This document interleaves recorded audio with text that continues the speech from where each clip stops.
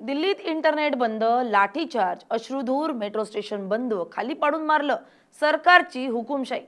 पहिला प्रश्न पडतोय की देशात हुकुमशाहीला सुरुवात झाली आहे. दिल्लीत सीजेपीचं आंदोलन सुरू आहे.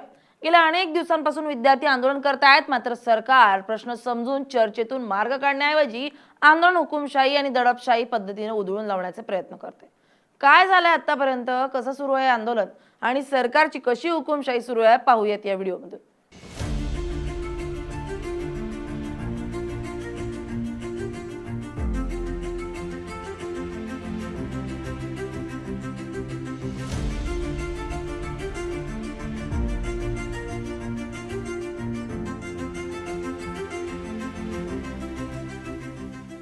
नमस्कार, मी स्नेहल चौधरी. आपण पाहत आहात LS मराठी.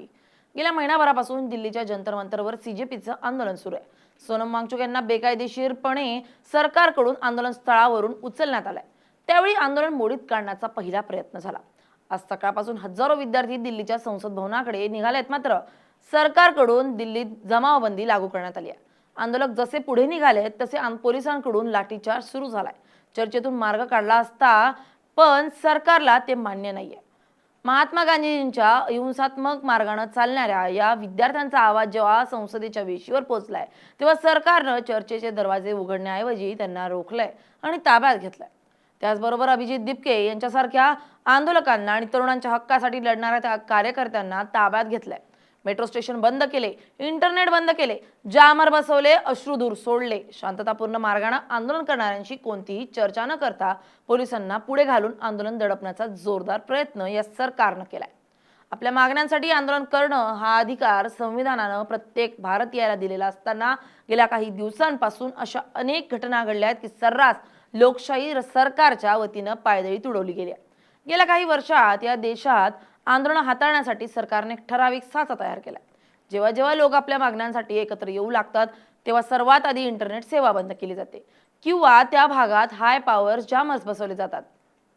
जगात सर्वात जास्त वेळा इंटरनेट बंद करणारा देश म्हणून आज आपल्या देशाची ओळख बनत चालली आहे. इंटरनेट बंद करण्याचं कारण कायदा आणि सुव्यवस्थेचे दिले जाते, पण खरी गोष्ट अशी आहे की पोलिसांकडून होणारा लाठीचार्ज, अशुद्धराचा वापर आणि दडपशाहीचे व्हिडिओ सोशल मीडियावर जाऊ नयेत. देशातील जनतेला तिथली वास्तव परिस्थिती कळू नये यासाठी ते तंत्रज्ञान वापरून नागरिकांचा आवाज दाबला जातोय. त्याचप्रमाणे मेट्रो स्टेशनची दारं सील दिल्लीतील 5 मेट्रो स्थानक सरकारनं बंद केली आहेत, जेणेकरून विद्यार्थी त्या भागात एकत्र येऊ शकणार नाही. ठिकठिकाणी जमावबंदी लागू करण्यात आली आहे. 5 पेक्षा जास्त लोकांना एकत्र येण्यास बंदी घालण्यात आली आहे. संसद परिसरात आणि दिल्ली अनेक ठिकाणी पोलिसांचा कडेकोट बंदोबस्त ठेवण्यात आलाय. आंदोलक संसदेत येणारच नाहीत इतकी तगडी सुरक्षा सरकारनं करून ठेवली आहे. दिल्लीच्या रस्त्यांवर जेव्हा आज तरुण विद्यार्थी गोळा झाले तेव्हा त्यांच्या हातात बाबासाहेब आंबेडकरांचा फोटो होता, भगतसिंग यांचा फोटो होता आणि देशाचा तिरंगा होता. पण या निष्पाप तरुणांवर सरकारच्या छत्रछायेखाली असणाऱ्या पोलिसांनी लाठ्या मारल्या, अश्रुधुराचे नळकांडे फोडले. तेव्हा मात्र लोकशाहीच्या चिंधड्या उलाळ्याचं स्पष्ट दिसतंय. सरकार लाठीचार्ज करूनच शरीराला जखमा करू शकतं, पण तरुणांच्या मनातील अन्यायाविरुद्धची आग विझू शकत नाहीये. केंद्रीय शिक्षण मंत्री धर्मेंद्र प्रधान यांच्या कार्यकाळावर आज देशातील कोट्यावधी विद्यार्थी आणि पालक गंभीर प्रश्न उपस्थित करतात. नीट असो, UGC NET असो वा इतर राष्ट्रीय स्तरावरील स्पर्धा परीक्षा असोत, प्रत्येक परीक्षेच्या वेळी गोंधळ, पेपर लीक आणि भ्रष्टाचार समोर येतोय. रात्रंदिवस अभ्यास करून स्वतःच्या अन्नाचा आणि झोपेचा त्याग करून परीक्षेची तयारी करणाऱ्या गरीब आणि मध्यमवर्गीय कुटुंबातील मुलांच्या स्वप्नांचा रोज चुरडा होतोय. जेव्हा विद्यार्थी रस्त्यावर उतरून शिक्षण मंत्र्यांच्या राजीनाम्याची मागणी करतात, पारदर्शक चौकशीची मागणी करतात, तेव्हा त्यांना आश्वासन मिळण्याऐवजी दडपशाहीचा सामना करावा लागतोय. धर्मेंद्र प्रधान आणि मोदी सरकार, तुम्ही कुठपर्यंत या सत्तेच्या खुर्चीला चिटकून बसणार आहात? नैतिकतेची काही व्याख्या उरली आहे की नाही?